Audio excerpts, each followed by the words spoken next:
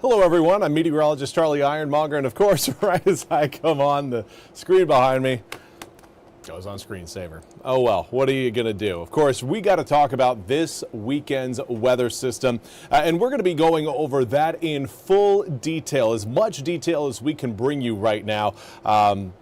Everything is looking like, again, a classic setup for a snowstorm in eastern North Carolina. We have again put out your snowfall accumulation map. We did that earlier today. Again, want to make sure everybody sees that. But we also again have an update on county by county outlook. So if you're wondering exactly what you need to know for this weekend, what type of impacts you need to prepare for, we've got that for you coming up in just a few moments. But do, of course, want to take you through what we're seeing outside right now. Current air temperatures at mid-30s. This is helping keep our ground temperatures down close to that freezing point, which will, again, only aid in the accumulation of snow. Now, as far as winds go, winds are going to play a big factor in your forecast coming up through the weekend. Now, right now, we're seeing more of a northwesterly breeze. Coming in on Friday, it's going to be more of a northeasterly breeze. That part really not going to be, that's not really not going to matter. But watch as we head into Saturday.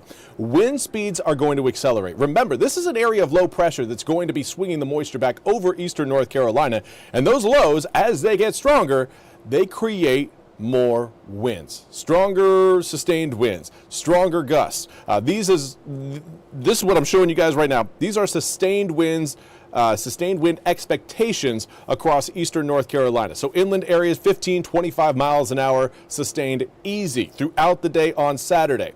On Sunday, specifically Sunday morning, as that low makes its closest pass to eastern North Carolina, we could have winds along the Outer Banks strong enough to create blizzard warnings. That, again, is something we don't usually see in eastern North Carolina. And it is, again, something that we want you to be aware of. The winds will be strong enough to possibly create some sound-side flooding as well. In order for a blizzard warning to be issued, you need sustained wind or frequent gusts of 35 miles an hour or greater, and you need snowfall coming down that reduces visibility for less than a quarter of a mile for more than 3 hours. I think we'll most likely hit that criteria overnight, Saturday night into Sunday. But again, here's kind of a look at what the whole system is doing. We've got another cold front that's going to bring in more cold air later on tonight into tomorrow morning. That is only going to help keep temperatures cold as we head into the weekend. But this is the start of the system.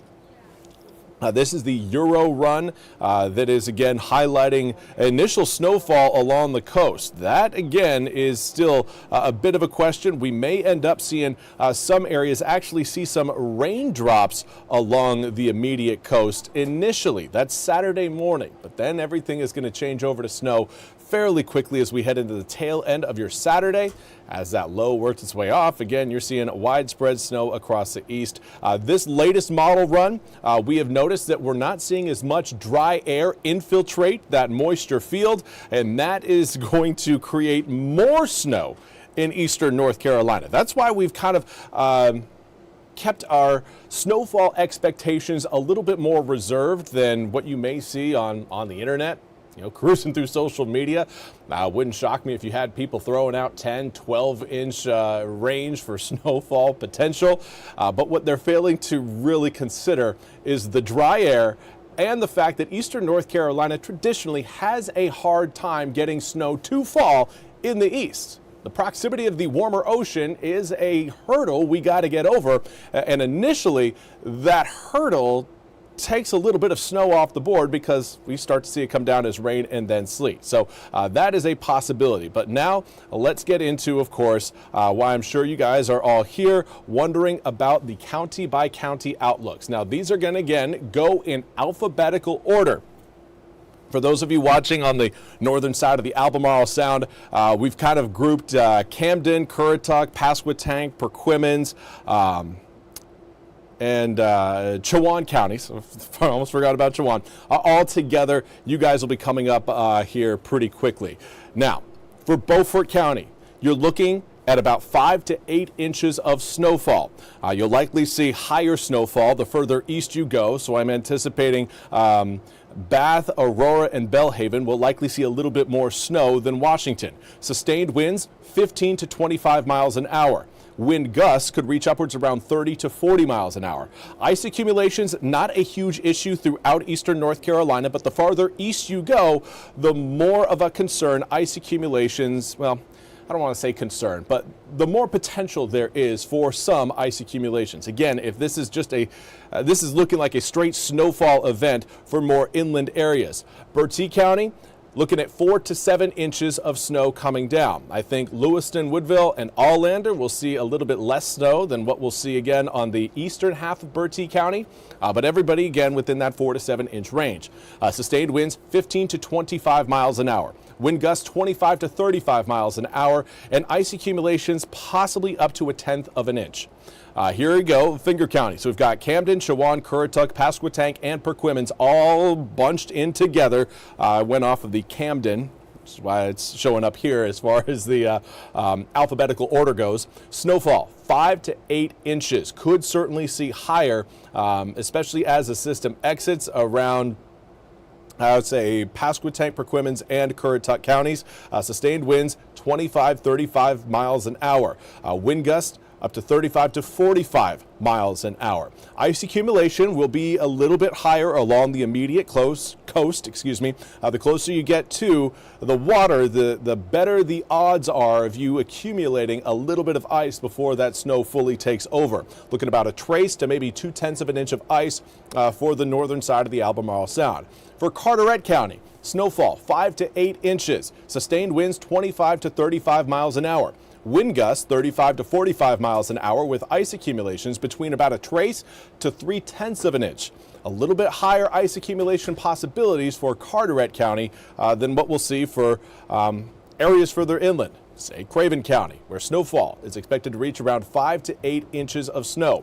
Sustained winds 20 to 30 miles an hour, wind gusts 30 to 40 miles an hour. Ice accumulation, a trace to 2/10 of an inch. Dare County, of course, the Outer Banks, you guys have the best chance of accumulating ice, but still giving it about a trace to 3/10 of an inch of ice accumulation possible for the Outer Banks. If you're watching from mainland Dare County, I would say trace to 2/10 of an inch of ice. Snowfall, 5 to 8 inches coming down. Sustained winds 25 to 35 miles an hour could surpass that, particularly at Cape Hatteras, where again models have shown upwards around 40 mile an hour sustained winds. Wind gusts obviously could get a little bit higher. We may have to bump those numbers up, but this is preliminary. 35 to 45 mile an hour gusts along the Outer Banks. I would not rule out a 50, maybe 55 mile an hour gust if that low gets strong enough. So along the Outer Banks, I think it obviously snow is a concern, but winds should also play a factor into your preparations. Winds are going to be strong enough to again create sound side flooding across the majority of the Outer Banks, but particularly across Hatteras Island and Ocracoke Island. Duplin County, snowfall around 3 to 5 inches coming down. Sustained winds 15 to 25 miles an hour with wind gusts between 25 to 35 miles an hour. Ice accumulation minimal at most, maybe 1/10 of an inch. Edgecombe County, 3 to 5 inches of snow expected. Sustained winds 15 to 25 miles an hour, wind gusts 25 to 35 miles an hour. Ice accumulation between around a trace to maybe 1/10 of an inch. Probably not going to be seeing much in terms of ice. Similar story for Greene County. Snowfall 3 to 5 inches expected. 15 to 25 mile an hour sustained winds with wind gusts 25 to 35 miles an hour. Ice accumulation again traced to 1/10 of an inch. For Hyde County, your chances of ice get a little bit higher, but I would again also focus on the winds, particularly residents on Ocracoke. You guys, again, pay attention to this windfall forecast. Again, right now we're anticipating 20 to 30 mile an hour sustained winds with 30 to 40 mile an hour gusts for mainland Hyde County. Here's again where I want to make a little bit of an asterisk because Ocracoke is going to be seeing stronger winds than that. I would put Ocracoke at around, we'll give it 25 to, I would put it up to 40 mile an hour sustained winds possible. Gusts upwards around 35 to 50 miles an hour possible again for Ocracoke. I know everything right there says different. Those are numbers, wind numbers, I should say, wind numbers for mainland Hyde County. Ocracoke, you guys are going to see stronger winds. Ice accumulation, though, across all of Hyde County, likely looking at about a trace to 0.3 of an inch. Jones County, 4 to 6 inches of snow expected. Sustained winds 20 to 30 miles per hour. Wind gusts 30 to 40 miles an hour. Ice accumulation a trace to 0.2 of an inch. Lenoir County, 3 to 5 inches of snowfall. Sustained winds 15 to 25 miles per hour. Wind gusts 25 to 35 miles an hour. And again, as we've mentioned, ice not a big concern, but you're looking at perhaps maybe about 1/10 of an inch of ice in Lenoir County. I think once we get into Monday, ice is going to be a little bit more of an issue due to the melt and then the refreeze that we're going to see from Monday afternoon to Monday night. For Martin County, I see we've had a few people come through. Martin County, Beargrass, where is it? Here we go. Snowfall. 4 to 7 inches. I think for those of you watching around Oak City, you're looking at more 4 to 6. Where those of you from Williamston eastward, I would more put it to 5 to 7 inches of snow. Sustained winds 15 to 25 miles an hour. Wind gusts 25 to 35 miles an hour. And again, ice accumulation not all that great, maybe 1/10 of an inch. Nash County. Snowfall 3 to 5 inches. Sustained winds 10 to 20 miles an hour with wind gusts between 20 to 30 miles an hour. Ice accumulation up to 1/10 of an inch. Onslow County, 4 to 7 inches of snowfall. 20 to 30 mile an hour sustained winds. Wind gusts 30 to 40 miles an hour. Wind gusts will be stronger around the coast. Not anticipating any sort of flooding threat for, of course, Onslow County, coastal flooding that is, just due to the winds going the wrong direction in order to create coastal flooding. So you may actually see receding waters along the coast. Ice accumulation, though, is going to be a little bit more of an issue, particularly the closer to the coast you get. Sneeze Ferry, Swansboro, pay attention to this. About 1/10 to maybe 1/4 of an inch of ice accumulation will be possible along the coast of Onslow County. As you get to Jacksonville and then even up towards Richlands, you're looking at maybe 1/10 of an inch of ice accumulation possible. For Pamlico County, snowfall 5 to 8 inches expected. 20 to 30 mile an hour sustained winds, wind gusts 30 to 40 miles an hour, ice accumulation a trace to 1/4 of an inch. For Pender County, looking at around 3 to 5 inches of snow, sustained winds 15 to 25 miles an hour, wind gusts 25 to 35 miles an hour, ice accumulation a trace to 2/10 of an inch. For Pitt County, 3 to 5 inches of snow. Sustained winds 15 to 25 miles an hour, wind gusts 25 to 35 miles an hour, and again, not looking at much ice accumulation, possibly 1/10 of an inch. Terrell County, snowfall 5 to 8 inches, sustained winds 20 to 30 miles an hour, wind gusts 30 to 40 miles an hour, with a trace to 2/10 of an inch of ice accumulation possible. Washington County, sticking pretty much with the same numbers as Terrell County, 5 to 8 inches of snow, sustained winds 20 to 30 miles an hour, wind gusts 30 to 40 miles an hour. Ice accumulation traced to 2/10 of an inch. I think Washington's more closer towards a trace versus 2/10 of an inch for ice, but regardless, wanted to get that possibility out there, just of course due to your proximity to the sounds. Wayne County, snowfall. 3 to 5 inches of snow expected, sustained winds 15 to 25 miles per hour, and wind gusts 25 to 35 miles per hour. Ice accumulation, again, not impressive, maybe 1/10 of an inch. Wilson County, 3 to 5 inches of snow, sustained winds 15 to 25 miles an hour, wind gusts 25 to 35 miles per hour, and trace to maybe 1/10 of an inch of ice accumulation. Here's again another full look at your snowfall accumulation map. Again, we went through all of the county by county outlooks in alphabetical order.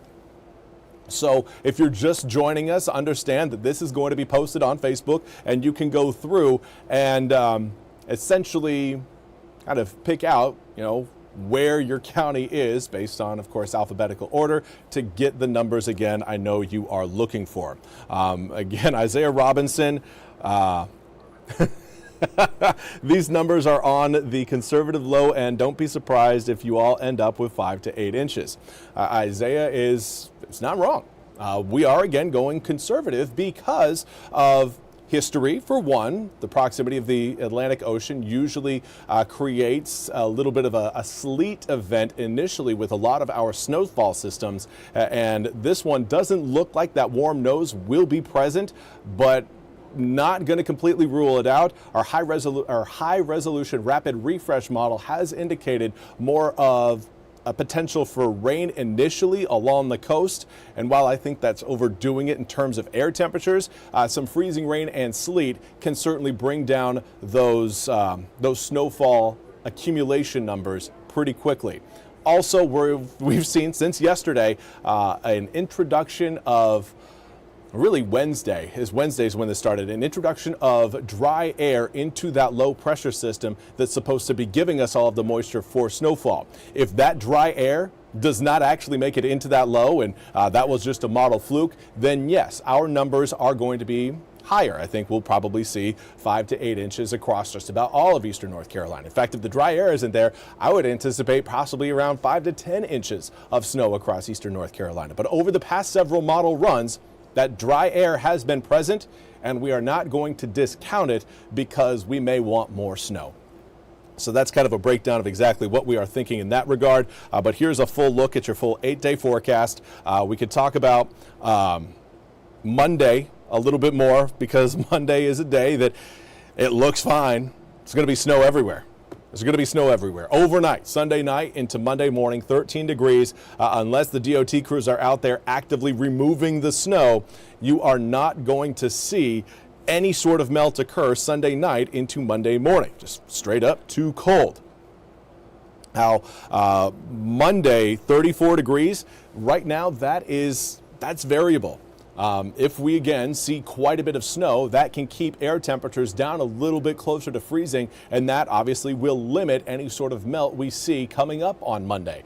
So Monday night into Tuesday morning, I'm anticipating pretty much a similar scene to what we're going to end up seeing by Sunday afternoon. Not a whole lot of change there. Obviously, DOT crews doing their work, helping clear the roads will certainly help, but Mother Nature is not going to give us an assist until we get to Tuesday, most likely Wednesday, in terms of melting a lot of this snow and ice away.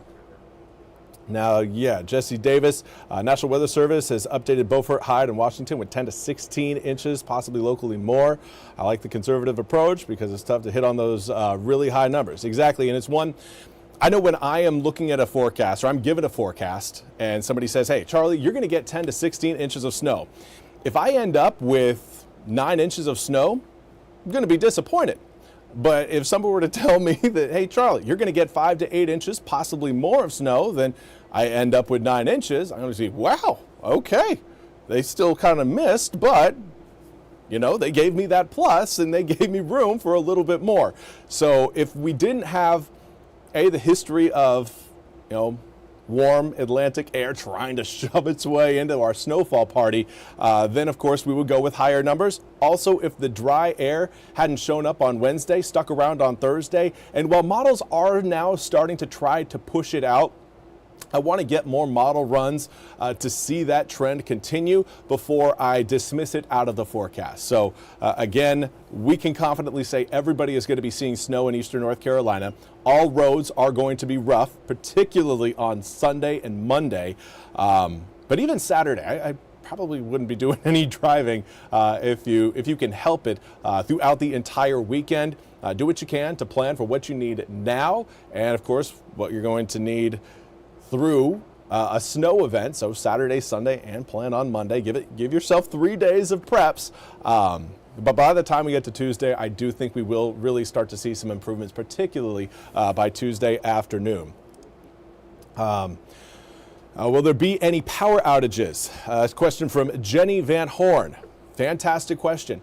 Normally with a strict snow event, and again with the limited ice potential we are anticipating, power outages wouldn't be a big concern. The problem is that we also have high winds, particularly for some of our more eastern counties. Our immediate coastline will be exposed to more winds, stronger winds, and winds can bring tree branches down, and when tree branches fall, they can take power down for some residents. So as far as power outages go, it's a possibility. but I'm not looking at as us potentially seeing widespread power outages. I think we will see, again, maybe a few pockets in eastern North Carolina lose power for a bit. But again, that's not a widespread issue that I'm anticipating. Last weekend, when we were talking about ice accumulation, that power outage threat, way higher. But because snow can fall off of a tree branch and then you free up the weight of that snow off of the tree branch and it doesn't feel that stress anymore. Certainly with strong winds, you'll have even less snow being able to settle on those branches. That puts less stress on them and again reduces our exposure to power outages. A few other ones. High winds plus wet snow, it could be a mess, especially, if this is wet snow, but with air temperatures right now, again, down in the mid to upper 20s through the weekend. This is, again, going to be a pretty easy snow event. I'm not anticipating, again, super wet snow, soggy snow to where it melts fairly easily, and again, can then refreeze and create more ice issues. But that is certainly something, of course, that we are going to be keeping an eye on. For now, though, here we go. We got another question. How true is it that our snow east of I-95 will be wetter snow versus west of I-95? Because 25, 50 mile an hour winds of wet snow could knock out some power. Right now, this air temperatures alone are going to really dictate how much moisture we can really push into the atmosphere. Obviously, the low pressure system is going to be doing all it can to deliver as much moisture as it can. But again, I don't see dew points. Obviously they can't get above your air temperature. So as far as that wet snow goes, I'm not really seeing that as a major issue. But again, we'll see how models again adjust over the next 24 hours. For now, I'm anticipating some pretty fluffy snow, considering just how cold we have been and how cold we're going to be Friday night into Saturday. 23 degrees Friday night into Saturday morning, 28 for your high on Saturday. That's 4 degrees of cushion there between freezing and our high temperature for Saturday, and then we get even colder Saturday night into Sunday, again really limiting just how heavy that snow could possibly get. Well, when can we, Gail Barham, when can we expect the rain to begin? Well, Gail, most areas probably not going to be seeing rain, but along the immediate coastline, that's where we do have that potential for rain initially coming up on Saturday. That'll be Saturday morning when those raindrops could start to come down, but there is still certainly the potential that those raindrops end up actually being freezing rain or sleet or even snow. We have had, again, model disagreements there, and that is still a point of contention in the forecast. Where does that rain snow line truly line up?